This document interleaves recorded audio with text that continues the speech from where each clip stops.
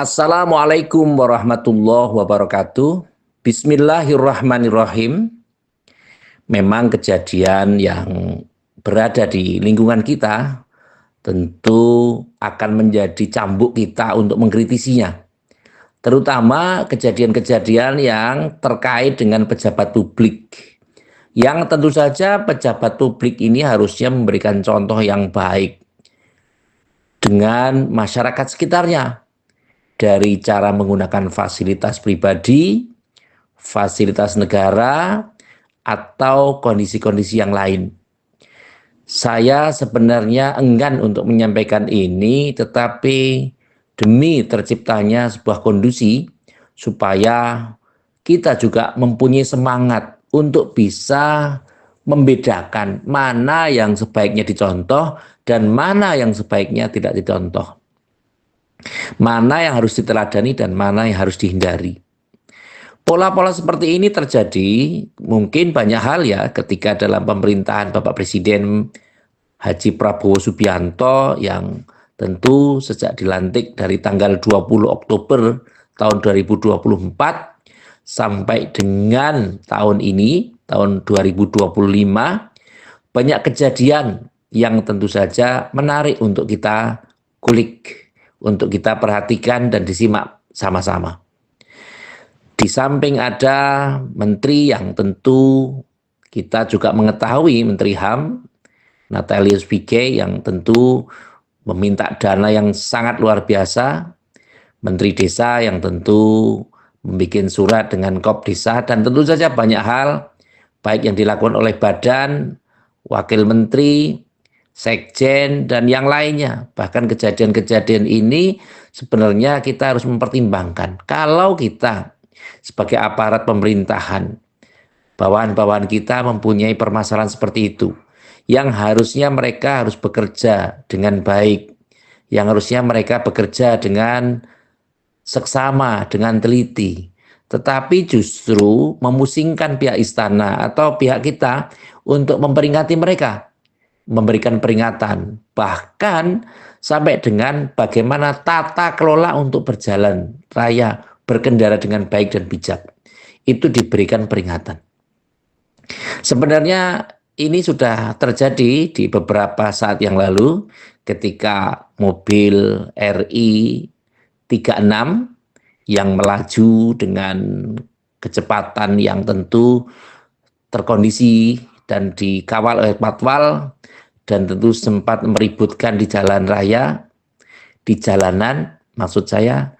Kemudian ada sebuah statement yang disampaikan oleh yang punya mobil atau yang dalam tanda kutip yang mengendarai itu, bahwa yang bersangkutan tidak berada di mobil yang sedang melaju tersebut karena prosesnya adalah untuk menjemput.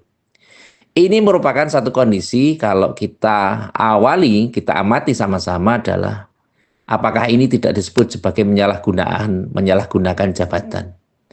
Karena sebenarnya kalau mobil dinas, mobil pejabat itu ya dikondisikan ketika pejabat itu berada di mobil yang bersangkutan dan tidak dipakai oleh istrinya, oleh anaknya, bahkan secara ekstrim anaknya pun sebenarnya tidak boleh untuk menggunakan mobil karena itu adalah mobil dari bapaknya untuk fasilitas kenegaraan atau fasilitas jabatan. Dan bagaimana ketika itu terjadi tentu menjadi sebuah perhatian.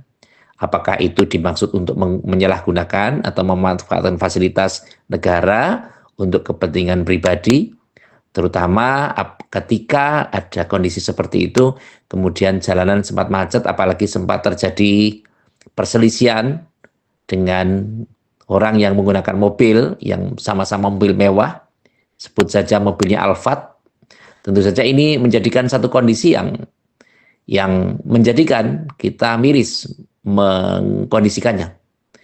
Karena ketika harusnya orang yang sudah mendapatkan jabatan yang menjadi public figure, baik itu seniman atau yang lain, mestinya harus memberikan contoh yang baik. Bagaimana cara menggunakan fasilitas miliknya negara. Kalau dulu banyak terjadi kekisruan, dan mungkin sempat ada terjadi Kita memahami tahun lalu ada fenomena es teh yang tentu jabatannya sampai mempertaruhkan untuk mengundurkan diri, tetapi pada saat ini tentu saja sudah mendapatkan peringatan dari pejabat terkait, pejabat istana maksud saya, sehingga ini tentu saja kasihan dari Bapak Presiden yang tentu saja harus memanggil, harus mengkondisikan sesuatu, yang harusnya bekerja dengan tulus, ikhlas, tanpa pamrih, dan seterusnya, ternyata disibukkan, diributkan dengan hal-hal yang kecil, yang sesungguhnya tidak penting. Ini tentu saja menjadi perhatian kita sebagai akar rumput, harus mensikapi itu dengan baik, dengan cermat, dan memang harus mendapatkan teguran. Kalau mungkin menjadi artis, ya karena memang artis ini menjadi public figure yang tentu diikuti oleh banyak pihak, tetapi karena ini sudah menjadi pejabat publik, mestinya harus bisa membedakan mana yang menjadi ranah pribadi, mana yang menjadi ranah yang sifatnya umum atau kondisi yang sifatnya menggunakan fasilitas pribadi dan fasilitas negara.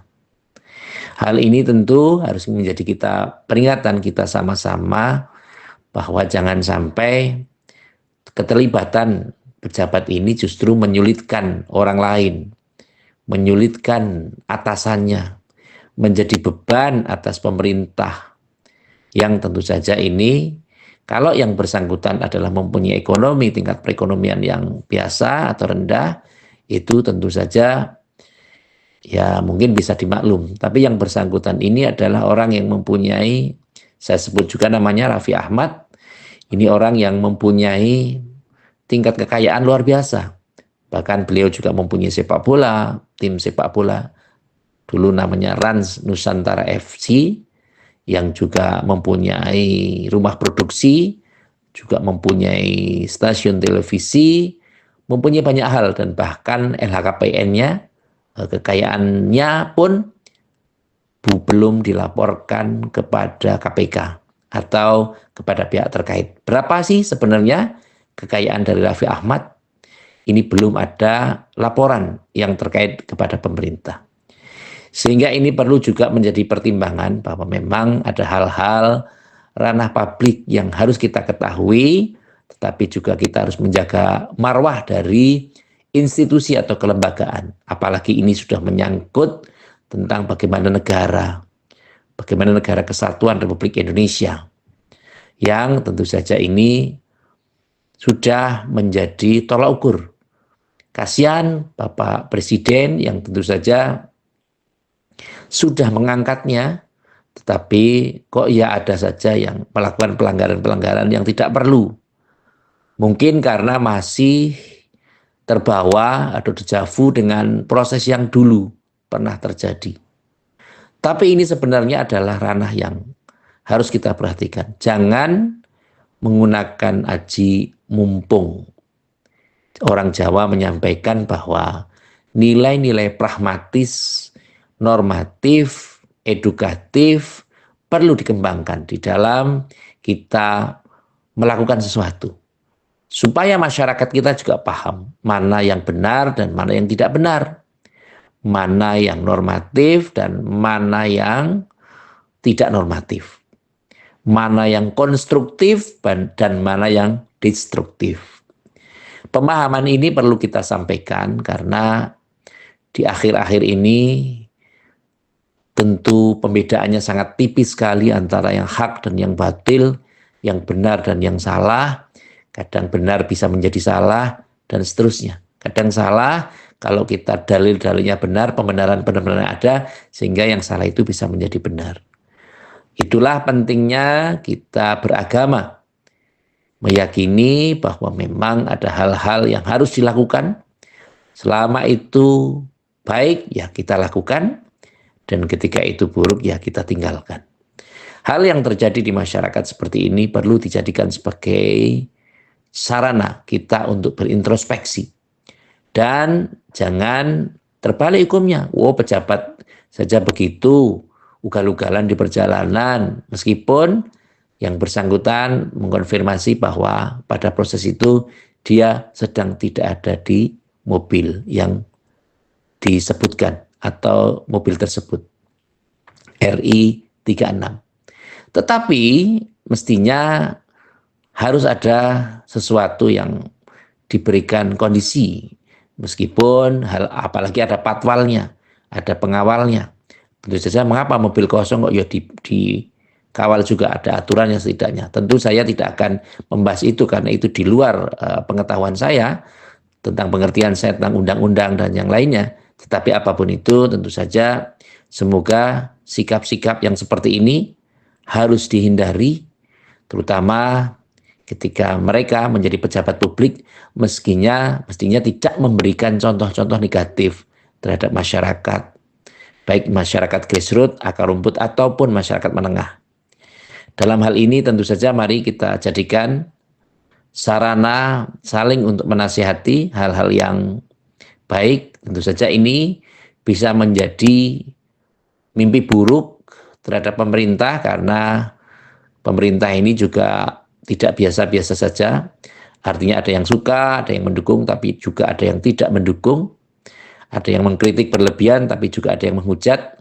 Tentu ini menjadi peluang mereka untuk melakukan itu. Tapi apapun yang terjadi tentu saja mari kita ketika ada pejabat publik yang melanggar, ya tentu saja mereka harus mendapatkan peringatan dan tentu saja mereka harus minta maaf secara publik juga di masyarakat dan memahami bahwa hal yang mereka lakukan adalah salah. Yang terakhir seperti biasa, saya mengucapkan terima kasih pada semua pihak yang telah membantu terselenggaranya acara ini. Semoga dengan acara konten ini kita bisa tercerahkan dan mampu menggunakan akal sehat kita untuk bisa mengamati secara baik dan bisa membedakan mana yang benar dan mana yang tidak benar. Sekali lagi terima kasih atas segala perhatian dan mohon maaf atas segala kekurangan. Saya akhiri. Wallahul muwaffiq ila aqwamit thoriq. Wassalamualaikum warahmatullahi wabarakatuh.